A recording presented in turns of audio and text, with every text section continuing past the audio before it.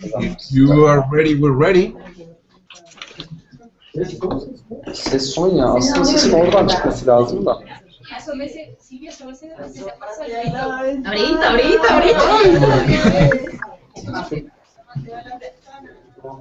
Venga, venga.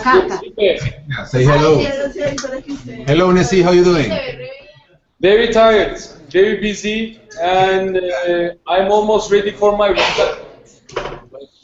You're almost ready. I'm almost ready for my retirement after this busy period, I should say.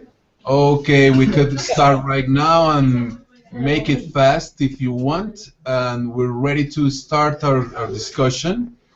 And yes, we're actually expecting a couple of two guys, but they're going to arrive in any minute.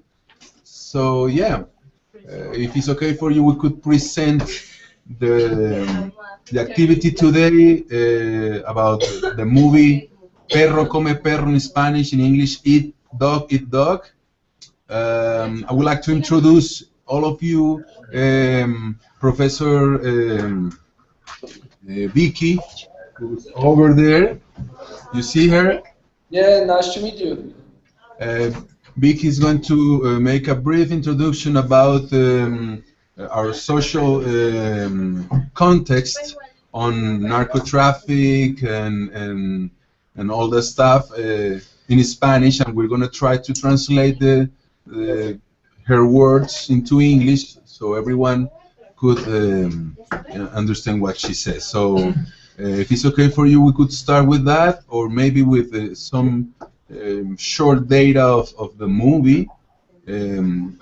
Sorry, I'm going to say this in Spanish. ¿Empezamos entonces con la introducción de Vicky o empezamos con...?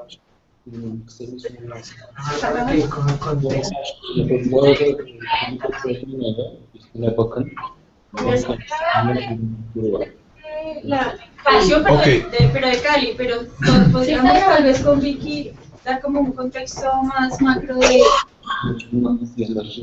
Okay, we could start right now shortly with your opinion about the movie. Do you have any impressions to start with about the movie? What do you feel about that? Perro come perro. Do you have any thoughts to share with us? Hello again. And I feel like we are part of the Eurovision Song Contest. And here are the results of the Turkish jury. Okay. Yeah.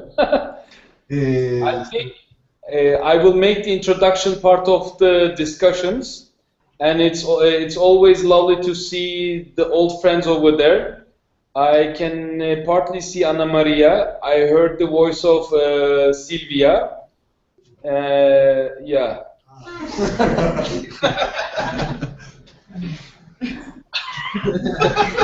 And dear colleagues back there, if we are missing the names, please forgive us on that. But the film you suggested to us, I think we will very much appreciate the professor's explanation about that narco traffic, because not only the narco traffic, but the scenery about the crime, the city of crime, the portrayal of it was very interesting for our overall discussion within ourselves. So obviously there are a little bit segments of questions from our side and impressions for the people that we have been observing.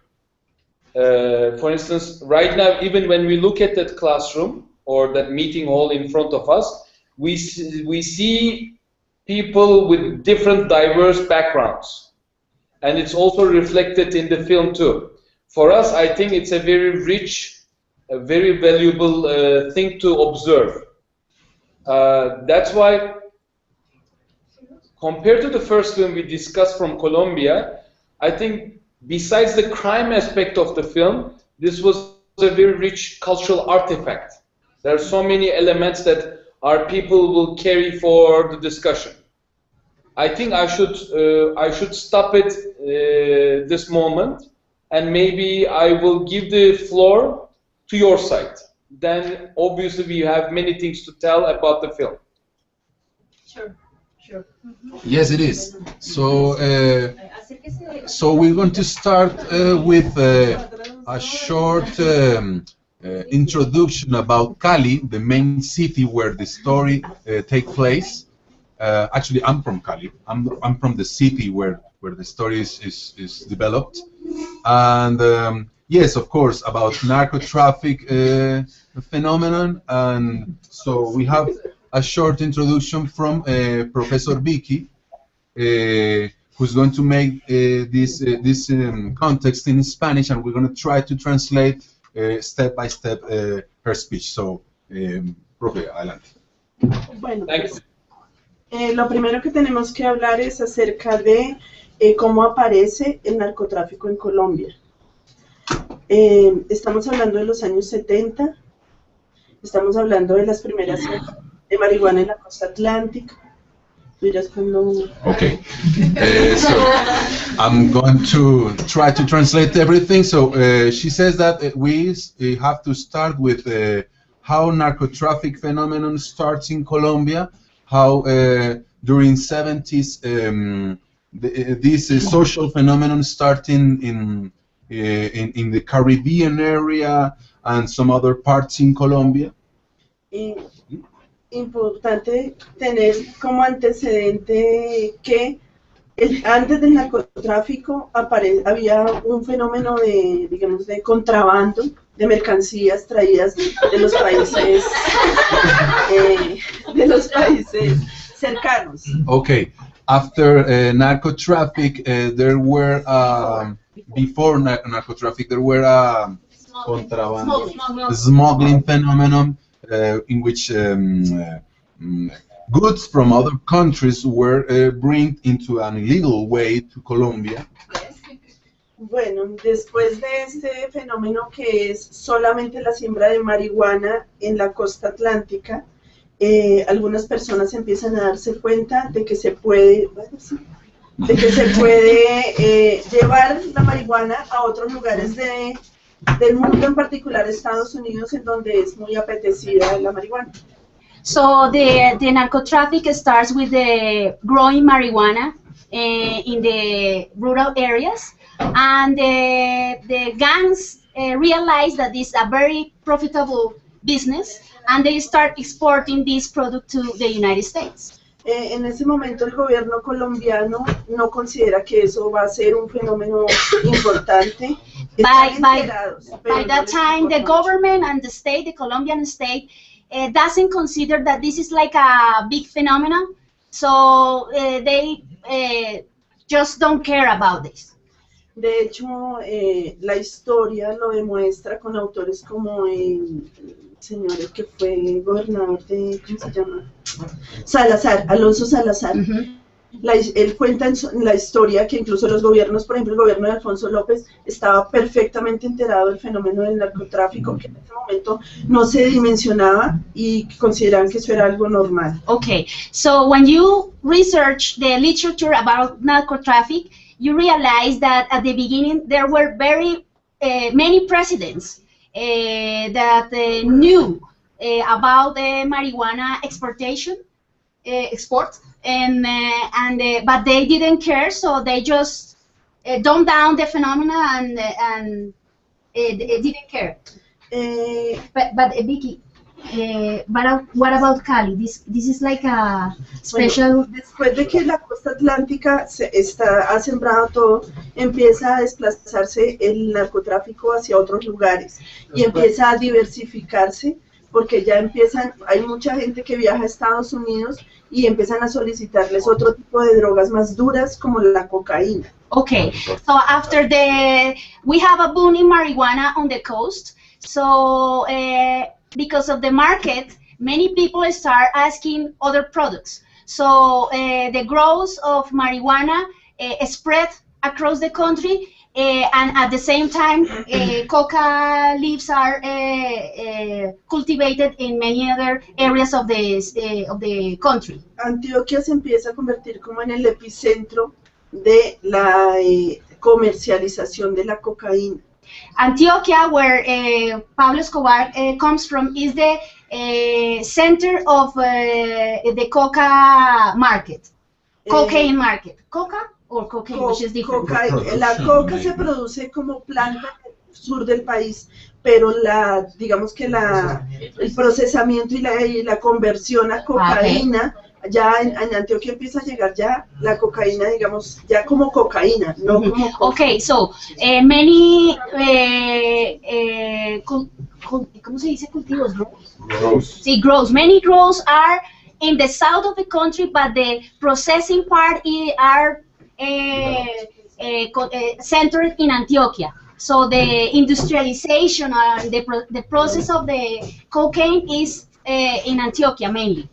Bueno, empieza a crecer de manera significativa desde el punto de vista económico y ahí empieza a haber una diversificación que también se empieza a dar en el Valle del Cauca. So this diversification in the grows marijuana and coca leaves start growing in the around 80s and 70s, 80s and 90s in the country. El punto de quiebre de la disputa entre los dos, se abren dos carteles, el cartel de Medellín y el cartel de Cali. El punto de quiebre es el de cuando Pablo Escobar empieza a tratar de estar por encima de los otros en producción y en ganancia. So there is a turning point when Pablo Escobar wants the big part of the business, and then Cali, which is another big important region of the country, wants also a big part of the market. So this is a very important moment because it's when the cartel wars start in Colombia.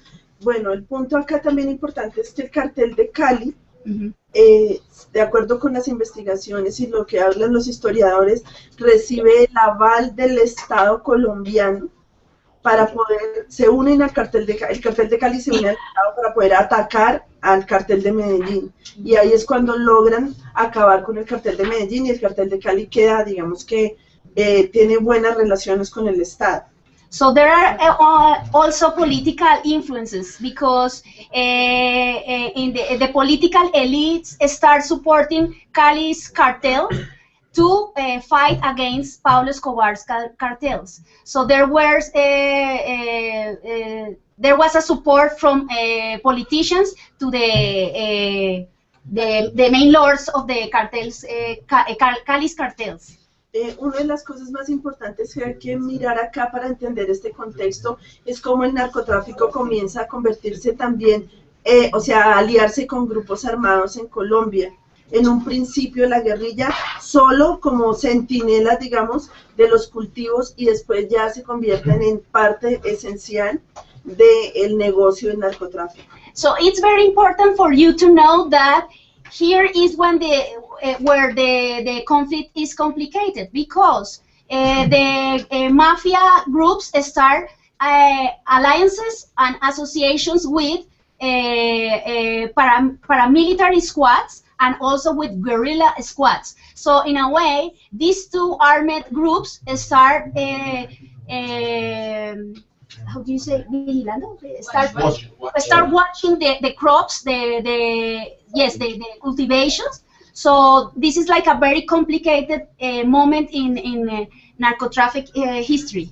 De hecho, muchas de las teorías dicen que la forma como se ha logrado mantener los grupos armados en Colombia, a diferencia de otros países como por ejemplo Perú con Sendero Luminoso, que se acabó por falta de recursos, en Colombia se han mantenido esos grupos armados gracias a el sustento del narcotráfico. So many hypotheses are leading to the fact that the reason why we still have wars and the reason these armed actors are very strong in Colombia is because they receive money from watching these crops, so they have the financial support to keep the war, which makes a difference between the Peruvian conflict, the Sendero Luminosos guerrillas, from the guerrillas from Colombia and paramilitary squads from Colombia.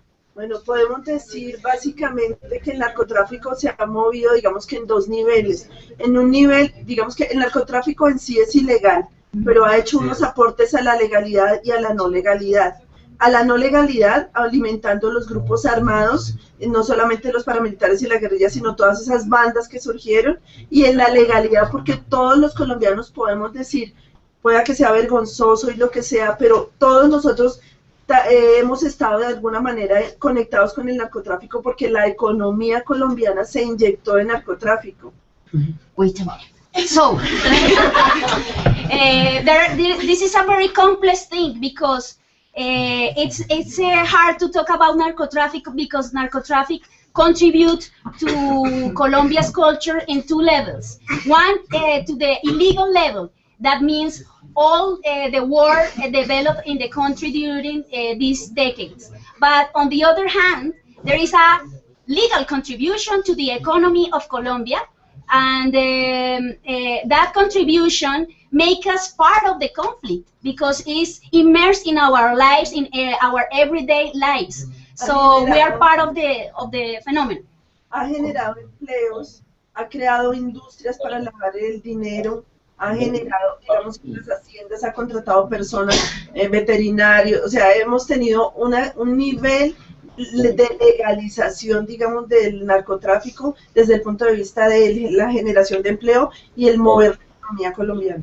So from the legal viewpoint, for example, narcotraffic is a big source of employment, legally talking. Because this invisible economy generate employment in factories, industries, a través de lavado de dinero, sí, a través de money laundering. Through money laundering, of course. Bueno, además, ¿qué pasa? Sería interesante en este momento, ya como para concluir, en qué estamos en este momento. El narcotráfico ha cambiado sus estrategias. Muchas personas creen que Colombia ya no es el país que lidera el narcotráfico en este momento. Eso no es cierto. Todavía existe mucho narcotráfico, pero lo que pasa es que ya no tiene un perfil tan alto porque ya no les conviene tener ese perfil. So many people think that narcotraffic is over, but that is not true. It's developed in another level, and there are still like many things happening in the narcotraffic phenomena. En este momento las asociaciones con los carteles de México y los narcotraficantes no tienen, digamos, esas imágenes tan mediáticas que tenían Pablo Escobar o ese tipo de personas. So there are like more complex ties with the transnational mafias. So this is like kind of professionalization of narcotraffic, and also the gangs are trying to change their media image because Pablo Escobar and also Orejuela, which was who was the leader, the lord of the Cali's cartel, they were very mediatic. So they are trying to move in a different way, and also trying to have different strategies with media. Otros que ahora los narcotraficantes, la generación que hay ahora son los hijos de narcotraficantes y son jóvenes que han estudiado en universidades, incluso en Harvard, que han estado. So we have a different generations of narcotraffickers because there are presumably narcotraffickers with high degrees in Harvard. Not us, Harvard, and very sophisticated people. Los hijos de la Rodríguez Orejuela. Miguel Rodríguez Orejuela. Has like a huge generations of sons and daughters studying in the United States. Of course, they are clean because they are not guilty for the crimes committed by the mafia. So they are very professional, they are into the big business in the States. Y la otra lista es que siguen siendo negocio los grupos armados, el narcotráfico sigue siendo negocio los grupos armados. So now that we are fighting against narcotraffic with the states, the fact is that the narcotraffic gangs are a business. They are still a business in the big cities, in a small or a big way. But they are still business. Por eso algunos autores hablan de que en Colombia hay una guerra posmoderna que está alimentada como de muchos factores Y uno de esos factores que hace que se mantenga es el narcotráfico. So as a conclusion, Vicky says there are many authors saying that today we have a postmodern war, a postmodern conflict, because we don't know what other forces are feeding the narco traffic. So it's a very sophisticated net of business. And this transnational status of the business is what some authors call a postmodern war with different actors. Thank you. Thank you so much.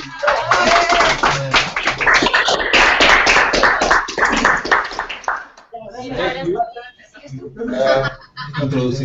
And now Alejandra is going to introduce something about Cali. Cali is very important because Cali is not only the spot of the city, the spot of the movie, but also is our Bombay, you know, is the place, the city where many movies have been done, are made, yes, are made, and also it's called Caliwood. This group of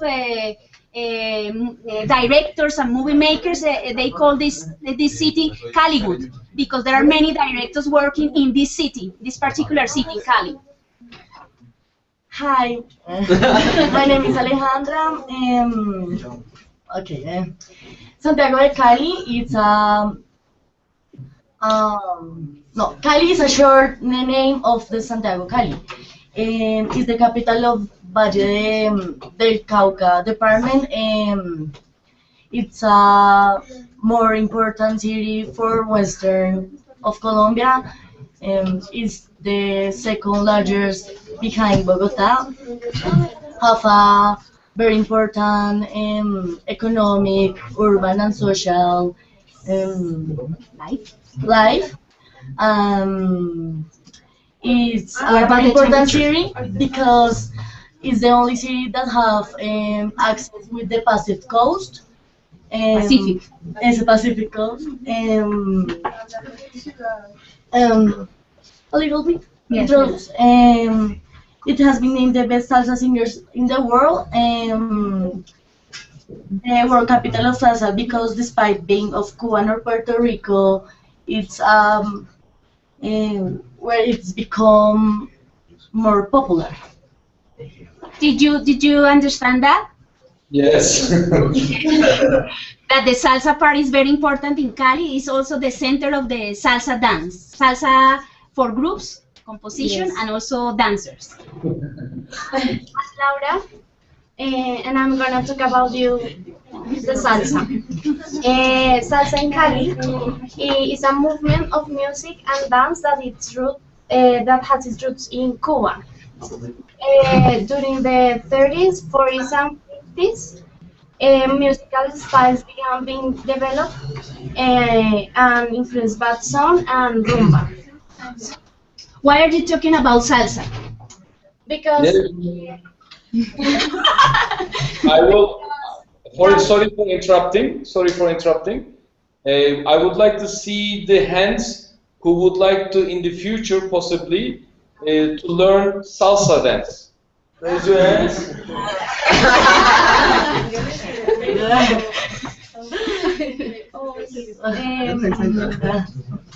because Cali is known as the world salsa capital.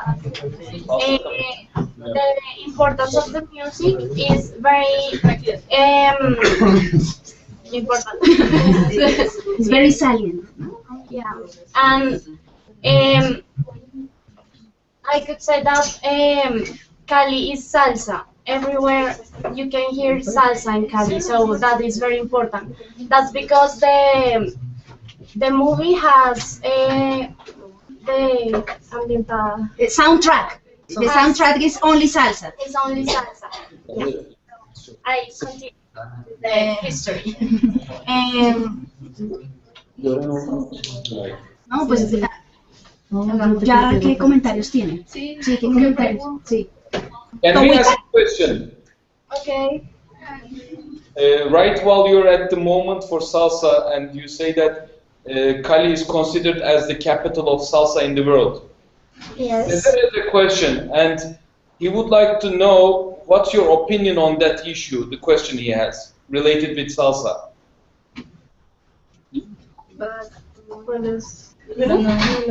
¿Qué va a preguntar? Silvia, Cesar has a question on salsa. Yes, yes, we are listening. We are listening to Cesar. Hey. And you told us salsa is very important for Cali, and we in a movie we never see about something salsa. Is why? Why director use salsa? Why do you think that director didn't use salsa, a bit of materials of salsa in the film then? The music, only the music.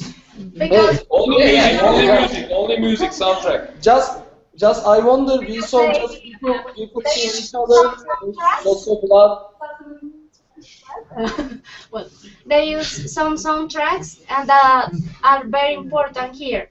For example, they use Yes, what she's trying to say is that you cannot see people dancing, of course, but the soundtrack is very important because a lot of these songs talk about the violence and the situation, the criminal life. yeah, the criminal life in Cali. So there are some songs like Rubén Blades, Willy Colón. There are very classic songs that portray the criminal world, the stereotype of the gangster in the mafia. So probably you don't notice when they are driving in the car, they start tuning the radio station, so they start like salsa, only salsa, but this is a very down and underground salsa, very and very popular, and many people enjoy this salsa. Cynthia, while we are at this moment, do you think that it's a good moment that maybe our side, our people can tell how they perceived cultural elements on the city and the music? And would it be an appropriate time now? Yeah, go ahead with your impressions. Who would like to start first?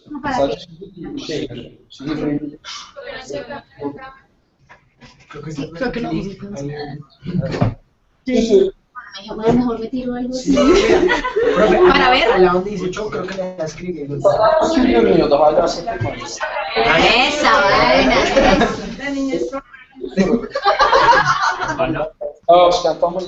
There's a question from Ipek.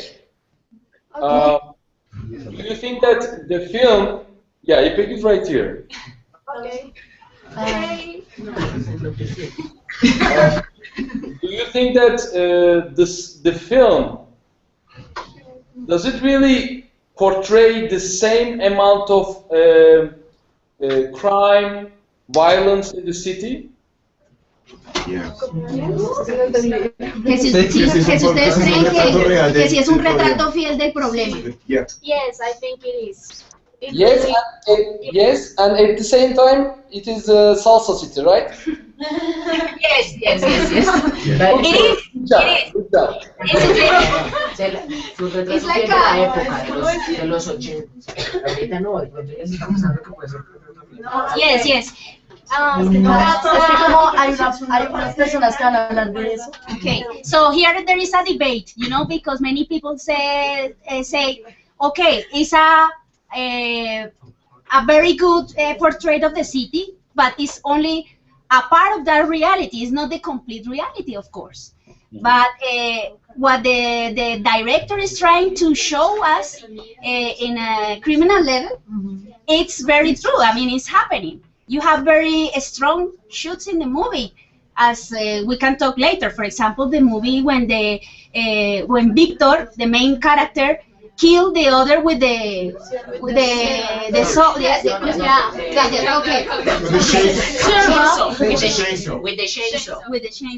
So we can talk about this later because the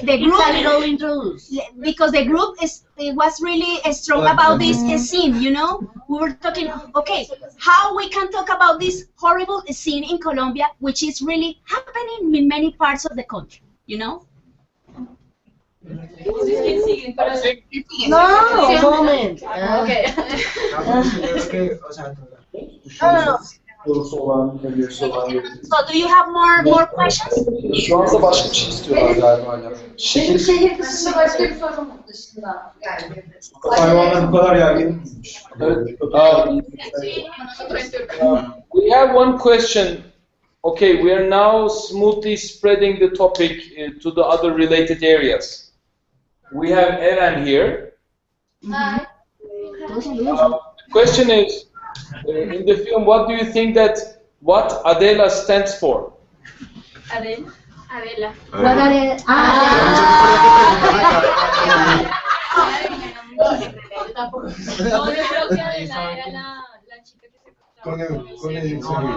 Adela is the dead. Is the dead. Is the dead. No. Lo que quiero decir es que Adela está muerta. Inevitable. O sea, metafórico.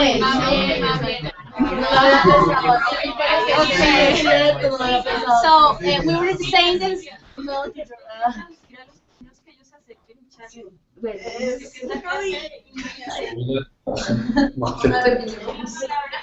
Hocam bu soruyu sormayacak mısın? Sí, Sebastián, es una forma metafórica. Hi. My name is Sebastian. I have to say that Adela is it's a metaphoric way to show the main character that the dead is chasing him. So then all the time, a strange man is calling him at the phone and asking for Adela. Adela doesn't exist really. Adela is just a word to talk about the dead that is chasing Victor since the beginning of the film, because he stole the money from the narcos. So then he stole the money and he knows that they are looking for him, for kill him, when the people and the bosses in charge of the bad action that he commits. So that's Victor knows that, and he knows that he's gonna be dead sooner or later, but he doesn't know that Adela is the dead. So that until the end, we know that. We have a question. That's no. I mean, your explanation well met with how they felt, the metaphoric way of putting it, and it was brilliant. And but now they have an additional question, just to feel confident. Okay. In Spanish, does Adela have any certain particular meaning? No, it's a name. It's just a name. Name from Colombia. Okay. Hablemos un poco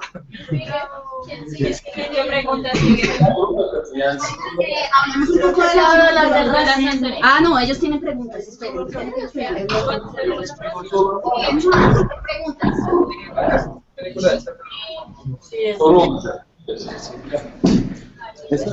Ya se vio. Mañana. Şey ama gerçekten sadece bunun bir kapak köpek başka bir gerçekten köpek. Bence sorunun söylemek istedim.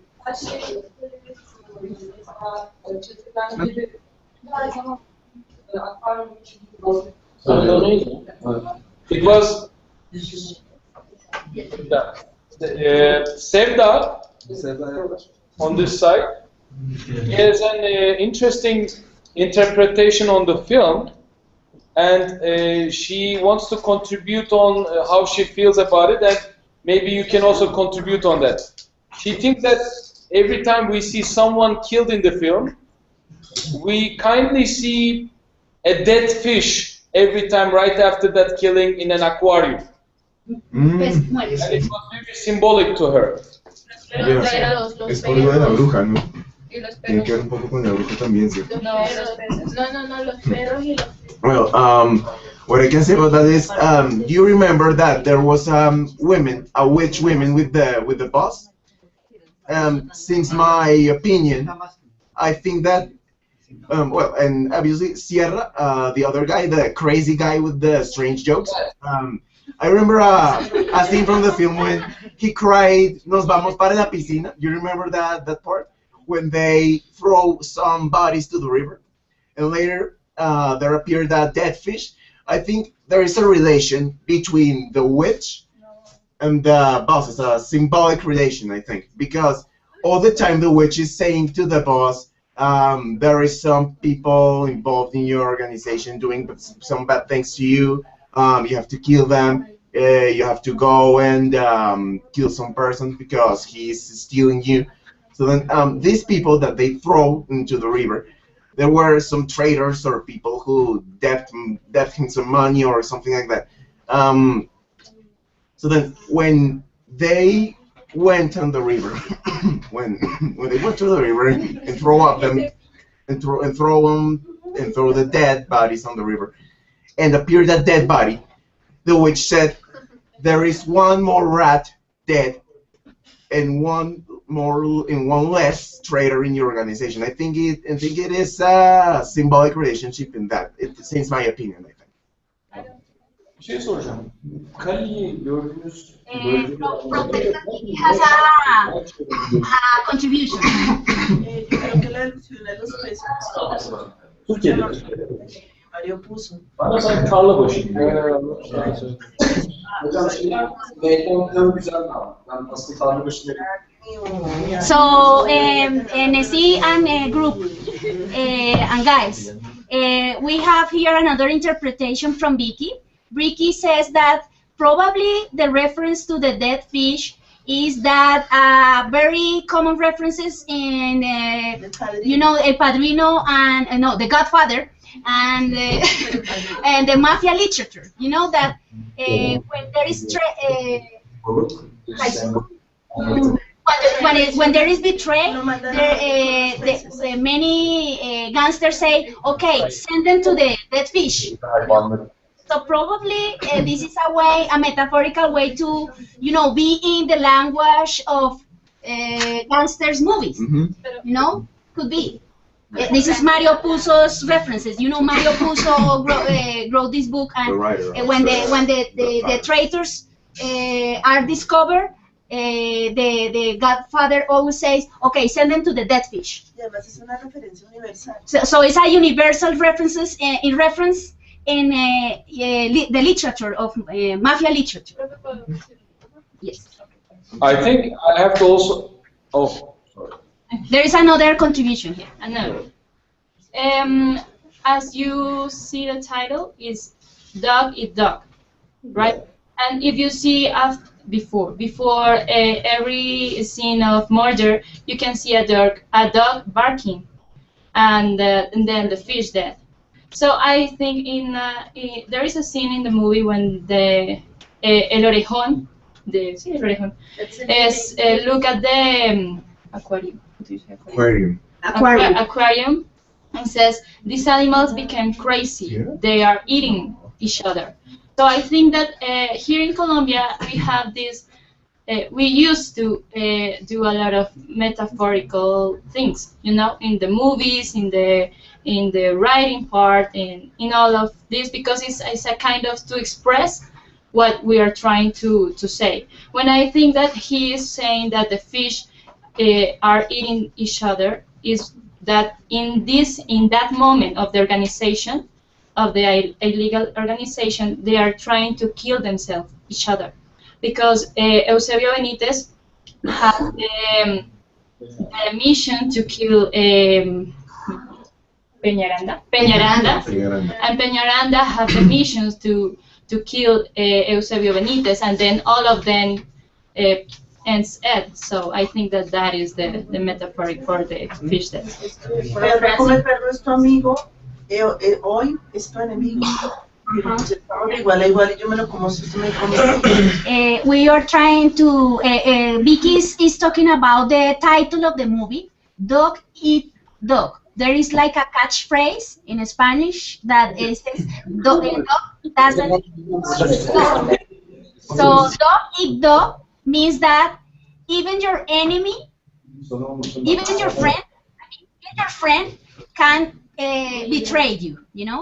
So in this kind of war, every trade is weighted in any corner, in any part of the business. So there is no loyalty in any case. So it's like a very low, very low war in the mafia. So it's very basic because you can see the pyramid in the movie, the ones that kill, and then you progressively see the ones in charge, you know, the big guys. So yes, and Vicky is saying that in Colombian mafia, the very basic part of the pyramid are called lavaperros, which means watchdogs. Or no. Watchdogs. Yes, watchdogs. So it's a very kind of the doggy, the doggy atmosphere is very connected to the actual word of mafia. Okay. Back here, we had two little discussions and one little question. One of them is, as you see that idiom, dog eat dog. In Turkish we have an idiom. We say, dog do not bite dog. Eso es. Perro no muerde perro, es el mismo. It is the same. It's the same. Oh. Yes, but it is the same. But the director is trying to make a prediction. And at the same time, while we were discussing about Cali, the city of Cali, and the way director portrayed the city, I had the question: which city did they think that could be represented from Turkey? And I think our common understanding and so-called common agreement would be, it would be the back streets of Istanbul downtown. That's where we consider kind of a, let's say, compared to other cities, we would consider as a potential crime city. Especially when you go to a bit outskirts from the downtown, where we call it the background streets. That's, you see narrow streets, full of kind of not well structured buildings, apartments, and everything. Those kind of crimes take place in those narrow living conditions. And that was the similarity in the group they found and they described. Now we have a little question. Yes. Hi, I'm Sevda. Hi. The money was stolen by Victor on the movie.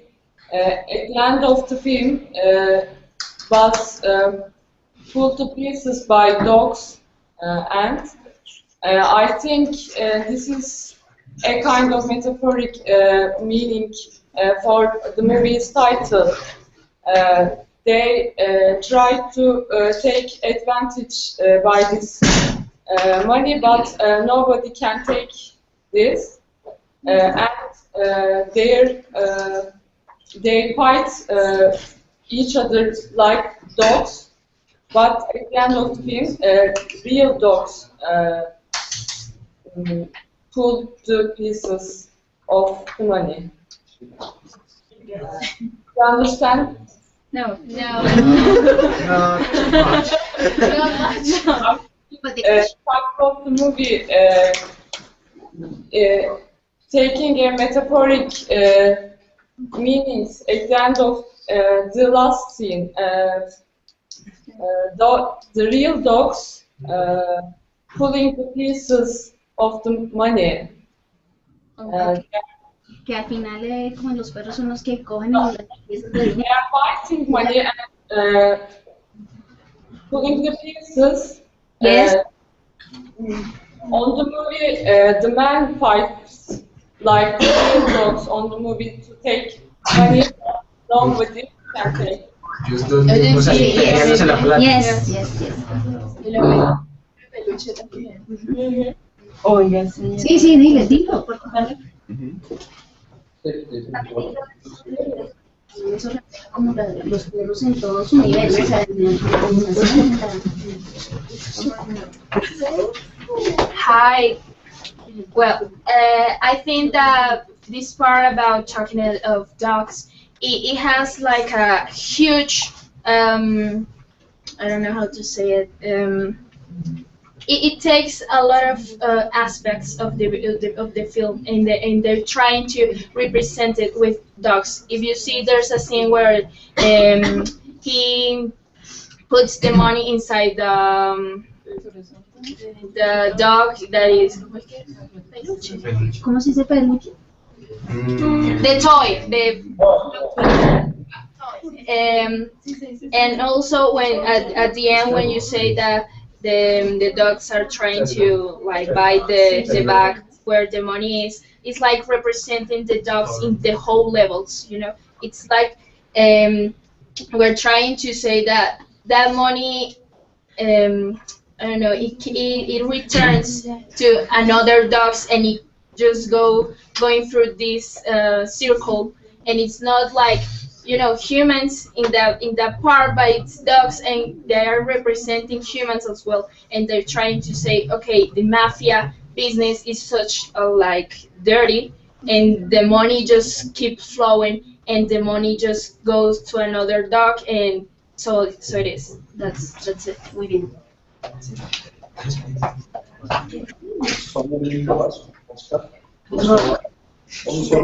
Hello. Yeah. Oh, yeah. It's nice to see you again. I have two questions for you. One of them, the both two films, Los Viajes del Viento and Perro come Perro, started with the funeral scene, right? Whoa. Okay, Would you mind saying again? Would you mind saying again? They started with the funeral scene. Okay. Oh, son of the. But it was just a coincidence, or do you have any cinema trends? So the question, what is the question, Jan? Was it just a coincidence, or do you have any cinema trend about the funeral scene? There's a coincidence. There's a coincidence. I mean, your both two movies started with funeral scene. Not just a coincidence. It's a coincidence. It's a coincidence. Yes. I have one more question about racism, if you still have. What? As I know, you are all living with black people, white people, and the hybrid people together during your history. I mean, as we see in the last years, you had Daniel and Karen. We can say they were a little bit black, and you almost yours. I think 50% of you are hybrid, and you have white people also. And we saw Sierra's jokes in the movie to the Eusebio. Yes. Do you still have this problem, this racism problem in your country? Yes, who's talking about racism?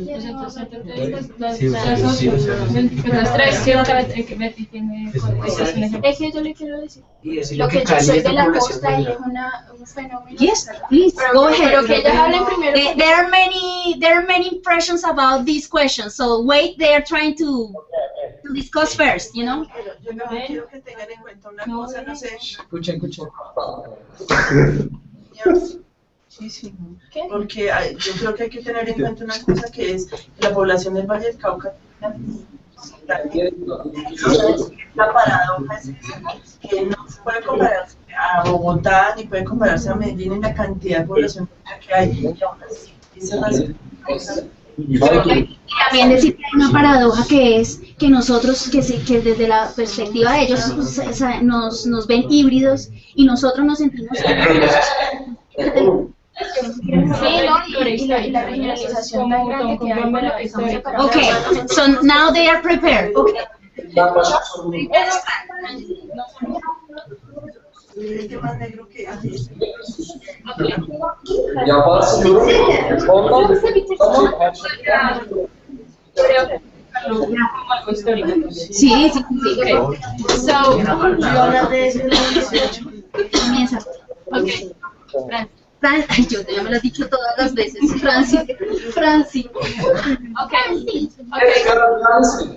Hey. Hi. Okay, so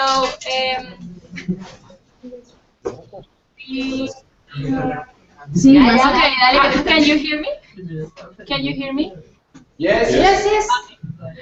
Okay, so about the racism that is in our country, I think that is something that has to be with history.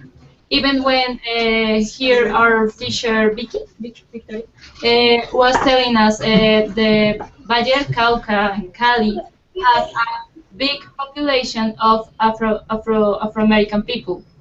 So it's a big population, and it's so ironic because here in Colombia we are so used to say here is more black than that one, and it's something that comes with history because when the Spanish came, they were like hierarchies. How do you say hierarchies? Hierarchies, yes. Hierarchies. So was the Spanish, then the criollos that was native with the Spanish, the indigenous, and then the slaves that was the Afro-American people. And if with all the time that has passed with history, we are still being that way, and it's very sad. It's unfortunately because it's something that we can forget because it's in our history. So we have this costume, and it's so unconscious that we do like you're black than that one. So and we used to do that jokes, but jokes. And in some social groups are for to hurt people. To hurt people. Here our partner Beatriz is going to tell you an example. Okay. Well, I was missing at the first session that was about the wine journeys, but I would like to be there because I'm from that part of the coast. Here in Colombia. I'm from the northeast of Colombia, and here with racism we have something that is, I don't know, it's like insane because, for example, I'm from Cartagena, it's at the northeast of Colombia, and here we have like people white, we have black people, we have these, yeah, any kind of people from this slavery past that we have, and Cartagena was the main port of slavery in America, you know. And then we have these people that I don't know actually what they're thinking, and they're trying to be racist with their own people. I'm not white and I'm not black either, but we have this like this situation that we're trying to point each other, and you're blacker than me, or you're this way, or not, or you're another. And it's also like the geographic separation that we have in Colombia. We have so much all the zones are really far, and we are so different between us. I'm from the shore, and there I came here, and I'm living here in Bogota, and it's on a completely different culture, and it's also about the color and the traditions and that kind of things. It's not just about color and the way I talk and the way it's my accent. It's all that things, you know. It's not like a discrimination from color, but from class also. Yes. It's something that, unfortunately, is something that is in our culture because of the history. It's something that sometimes you see a Afro-American guy in the street and you say that guy will stalk me or will rob me just for stereotypes, because our stereotypes, because the low, how do I say, the how can I say, como las clases bajas las tenemos a identificar con la gente negra. The poor people we used to associate that all of them are black because of another zone of the country that is Chocó. And it's something that is a stereotype that we have in our culture, and unfortunately it's something that is in our culture, and it's something that is so natural now. It's too difficult to eradicate. Yes. Thank you. Thank you. Benim var bir tane. Onu soracağım, bir de şey soracağım. Guys.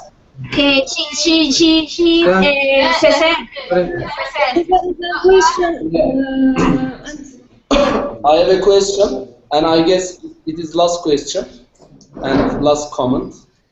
First, I wonder that still in Colombia, in Cali, people believe dark magic or use dark magic. Yes. Okay. That is the thing that I was trying What's to in talk. charge for Santería? You. Okay, this is about Santeria. The Santeria is something that is common not only in Colombia, in Latin America. We see since Mexico until Paraguay. It's something that is the result of the mixture of religion. Because when the slaves came to Colombia, they bring all the African religion, and they have these gods like Chango, like Orichas, the Yoruba theology, and they mix it with the Catholic beliefs. So here, and usually the narco-traffic people and the powerful people used to use the Santeria to protect themselves or to hurt someone. So the Santeria is used sometimes for make that someone's fall in love with me. Sometimes, or sometimes it's used to curse a person that hurt me in the past, and I want to hurt that people now. And it's about nightmares and ghosts and all about this kind of demons, magic. Let's say like that. It's a black magic, and it's usually something that is very strong here in Cuba and in Haiti, Brazil, and it has different names from country to country. Santeria in Cuba, Macumba in Brazil, Voodoo in Haiti, but they are syncretisms of the imposition of Catholic faith mixed with Yoruba's faith. Yes. Okay. Sylvia, I asked that question because, maybe we will come Colombia, and should we scared of this kind of... Están miedosos, defiendan ese punto. No. It's something... Okay. And last question, small question, is the movie started another city, right? Pero también que es baja categoría, o sea, de gente que no tiene educación. Sorry, we couldn't hear you. We just... Can you hear me? Yes. The movie started another city, not Cali. I wonder the city, the Bogota. We saw the first scene. You remember? It is not Cali. In which city? It is Cali. Tuluá. Okay. Thank you. Tuluá is a small town from Valle del Cauca. Okay. Casual.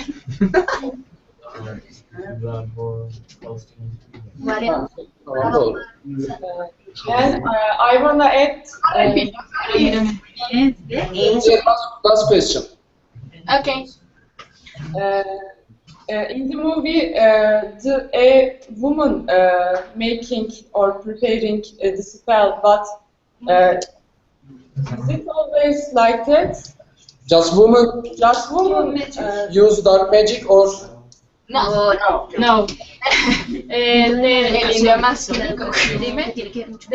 They have to. ¿Qué? ¿Con la educación? Yes, that que es una práctica que es más bien de gente que...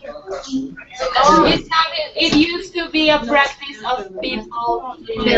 Something that has to do with that depends on the roots of the people, that where they come from.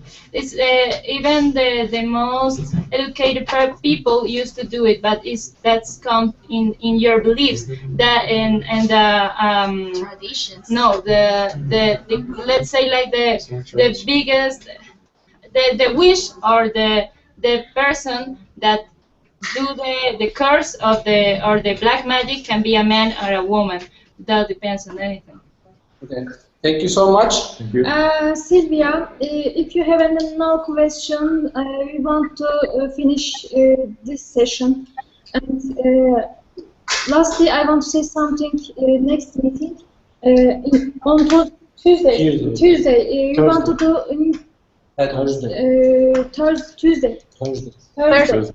Thursday, because last week we can't do it because of the film festival, and we are going to some presentation the film Head on the Wall, Duvara Karşı. We sent to you, and we have some presentation about the immigration process in Turkish culture. We have a 3-year process, the immigration, and Turkish people go to the European country, and they meet the different cultures, different people, and the story of the immigration people. The next film, Head On. Yes. Fatih Akın's film Fatih Akın is a successful director in Turkey and in Germany. And we are going to some information, Fatih Akın and Turkish immigration process on Thursday. Thursday, yes. I've seen the movie already, and yes. I was having already questions about migration, especially to Germany. Yes. So the next meeting is about. It's a Thursday. You're just confirming it's Thursday. Yes. See you on Thursday. Okay, see you on Thursday. Okay. Sylvia. I wanna see Sylvia. Sylvia. But first, we want to take the picture again in picture. Come to camera, please, all of you. Ahorita acá y después ellos que acá porque yo siento. ¿Qué? Cambia la cámara para la. Oiga, ¿dónde está mi teléfono? Para vernos ahí, si no todo.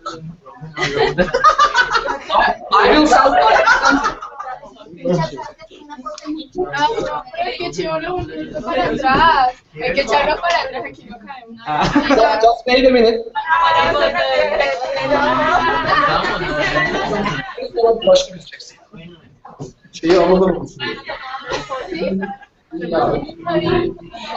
¿Vieron todos? Querían fotos, ¿no? Estamos esperando, no están tomando. ¿Qué estamos haciendo?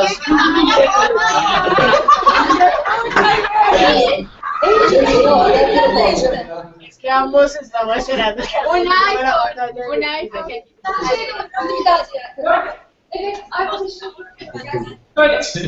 Gürcan biraz sola gel. Tamam, şu an iyi. Tamam, al arkaya otur. Ahora sí, así. Ahora. No,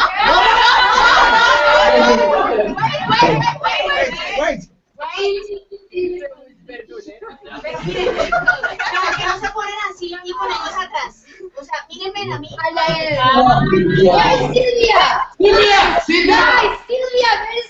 Ana Maria, Silvia, come here. Felipe. María. Pero pongámonos a ver. Venga, pero necesito que se pongan así para que yo tome la foto del grupo y el grupo. O sea, se va a poner. Sí, la foto se presenta.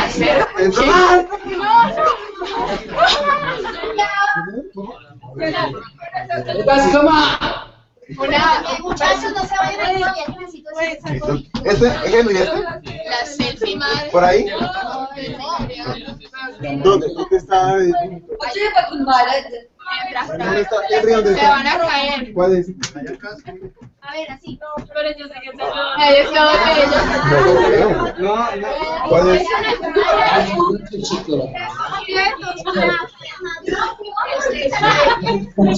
Hey.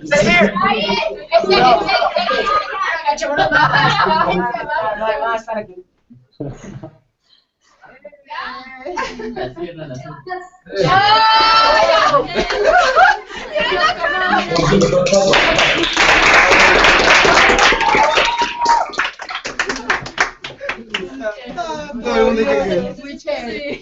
See you guys, Sylvia. So, We miss you so much. We miss you so much. Cesar, I need to talk to you later. See you on Thursday. Hey. Bye. Fenerbahçe.